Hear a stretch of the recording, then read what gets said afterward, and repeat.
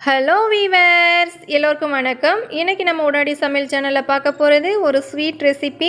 நம்ம அவல் வச்சு இன்றைக்கி ஒரு லட்டு செய்ய போகிறோம். ரொம்ப சூப்பராக இருக்கும். இந்த வீடியோவை ஸ்கிப் பண்ணாமல் பாருங்கள். இது வரைக்கும் நம்ம உடனடி சமையல் சேனலை சப்ஸ்கிரைப் பண்ணலைன்னா உடனே சப்ஸ்கிரைப் பண்ணிவிடுங்க. பக்கத்தில் இருக்க பெல் ஐக்கானையும் கிளிக் பண்ணிவிடுங்க. அப்போ தான் நான் போடுற வீடியோ உடனே கிடைக்கும். இப்போ வாங்க எப்படி செய்கிறதுன்னு பார்க்கலாம். இன்றைக்கி நான் லட்டு செய்கிறதுக்கு 1 கப்பு அவல் எடுத்து வச்சுருக்கேன். இதை நல்லா ஜலிச்சிட்டு எடுத்து வச்சுக்கலாம். இதில் சின்னதாக பொடி இருந்ததுன்னா நம்ம வறுக்கும்போது கருகி போயிடும். இப்போது இதை வறுத்து எடுத்துக்கலாம். இப்போ ஸ்டவ் ஆன் பண்ணிவிட்டு ஒரு கடாயை எடுத்து வச்சுக்கலாம். கடாய் காஞ்சதுக்கப்புறமா நம்ம இதில் எடுத்து வச்சுருக்க அவலை சேர்த்துக்கலாம். ஸ்டவ்வை மீடியம் ஃப்ளேம்லேயே வச்சுட்டு இதை நல்லா வறுத்துக்கலாம். கொஞ்சம் கிறிஸ்பியாக வரணும், அது வரைக்கும் வறுத்து எடுத்துக்கலாம். இப்போ நல்லா வறுத்தாச்சு பாருங்கள். இந்தளவு பொடியாக வருது பாருங்கள். இப்போ ஸ்டவ் ஆஃப் பண்ணிடலாம். இப்போ இது நல்லா ஆறணும், அது வரைக்கும் வெயிட் பண்ணலாம். இப்போ நல்லா ஆறினதுக்கப்புறம் மிக்ஸி ஜாரில் போட்டுக்கலாம். அடுத்து இதில் வாசனைக்காக 4 ஏலக்காய் சேர்த்துட்டு நல்லா அரைச்சி எடுத்துகிட்டு வந்துடலாம்.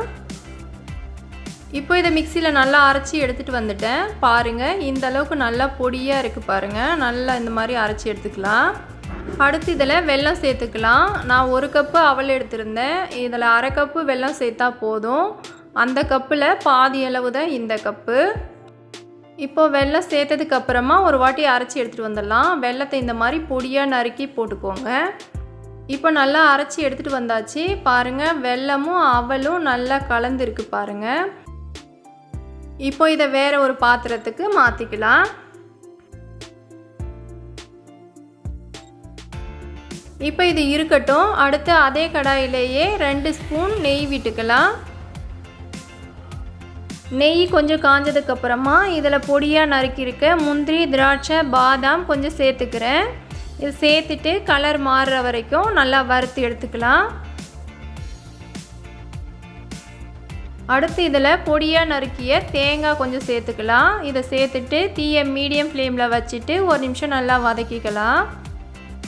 1 நிமிஷம் வதங்கினதுக்கு அப்புறமா வெள்ளை எள்ளு 2 டேபிள் ஸ்பூன் சேர்த்துக்கிறேன். இது ஆப்ஷனல் தான், உங்களுக்கு வேணும்னா சேர்த்துக்கோங்க, இல்லைனா ஸ்கிப் பண்ணிவிடுங்க. இப்போ இதை சேர்த்ததுக்கப்புறமா 1 நிமிஷம் நல்லா வறுத்துக்கலாம். இப்போ இது நல்லா வறுத்தாச்சு. நம்ம பொடி பண்ணி வச்சுருக்க அவலில் சேர்த்துக்கலாம். இப்போ இதை ஒரு ஸ்பூன் வச்சு நல்லா கலந்துக்கலாம். நம்ம சூடாக நெய் ஊற்றிருக்கிறதுனால கை வச்சு பிசைய முடியாது. இப்போ இதெல்லாம் நல்லா கலந்தாச்சு. இதை லட்டு பிடிக்க ஆரம்பிச்சிடலாம். நான் கொஞ்சமாக செய்கிறதுனால இது சீக்கிரமே காலி ஆகிடும். அதனால் காய்ச்சி ஆற வச்ச பாலை 2 ஸ்பூன் ஊற்றிட்டு நான் லட்டு பிடிச்சிக்கிறேன். அதிகமாக செஞ்சு ரொம்ப நாள் வச்சு சாப்பிடணும்னு நினச்சா நம்ம பால் ஊற்றாமல் நெய் காய்ச்சி கொஞ்சமாக ஊற்றி நம்ம லட்டு பிடிச்சி வச்சுக்கும்போது ரொம்ப நாளைக்கு கெட்டு போகாமல் ரொம்ப நல்லாயிருக்கும். 10லேருந்து 15 நாள் கூட நம்ம வச்சு சாப்பிட்லாம். பாருங்கள் எவ்வளோ சூப்பராக லட்டு பிடிக்க வருதுன்னு. இதே மாதிரியே நம்ம எல்லா லட்டையுமே பிடிச்சு எடுத்துக்கலாம். நமக்கு உடனே ஒரு ஸ்வீட் சாப்பிட்ணுன்னு தோணுச்சுன்னா இந்த மாதிரி சீக்கிரமாக செஞ்சு முடிச்சிடலாம். இதை செய்யறதுக்கு ரொம்ப டைமே எடுக்காதுங்க. 10 நிமிஷம் இருந்தால் போதும், டக்குன்னு செஞ்சு முடிச்சிடலாம். இதில் சுவை மட்டும் இல்லைங்க, சத்தும் நிறைய அடங்கியிருக்கு. கண்டிப்பாக இதை எல்லாருமே ட்ரை பண்ணி பாருங்கள். ரொம்ப சூப்பராக இருக்கும்.